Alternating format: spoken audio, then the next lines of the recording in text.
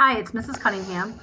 I'm going to introduce the story that we're going to read. It's called The Most Dangerous Game by Richard Connell.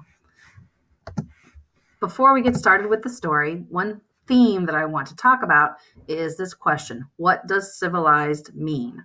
Are human beings really civilized? And I just wanted you to think about your opinions about that word, civilized. And that means what makes us different from animals. Animals don't have a civilization or are not civilized in the sense that humans are. So, what do you think it means for humans to be civilized? Do you think that humans are always civilized? Can they do things that show that they are not civilized or act like they are not civilized when they act like animals? Give me your answer to this question in the Do Now. Some background information on the story. When the story was written, the president was Theodore Roosevelt. And one thing he was very famous for was being a big game hunter.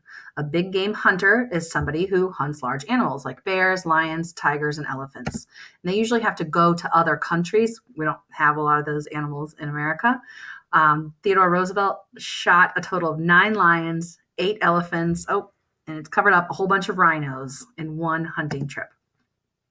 Now the government limits the amount of animals that people are allowed to hunt because they want to preserve animal populations and habitats. So it's really it's like illegal now to hunt a lot of these animals, but there still are places where people pay a lot of money, like tens of thousands or hundreds of thousands of dollars, to be able to kill these animals. So the main character in this story are 2 men who also enjoy hunting, and they are good at hunting large game. For big game enthusiasts or for hunting enthusiasts, big game is the ultimate test of skill. And recently, the sport has become very controversial because, like I said, a lot of these animals are becoming endangered or extinct. Here's a video. If it works, I don't know if it works, you can watch the link about an endangered species, the wolf.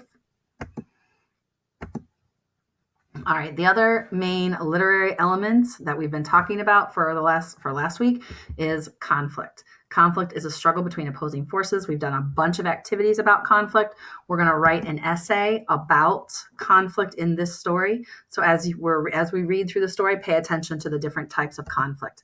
And just to review those types of conflict: person versus person, person versus self, person versus nature, and person versus society.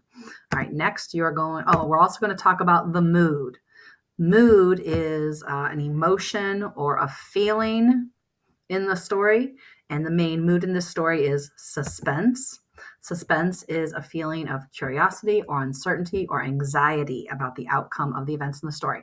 The author of this story tries to make you feel anxious or anxiety about what's going to happen. Suspense is created by putting characters into tense or risky situations, and the author creates a lot of risky situations for the characters in this book. The end.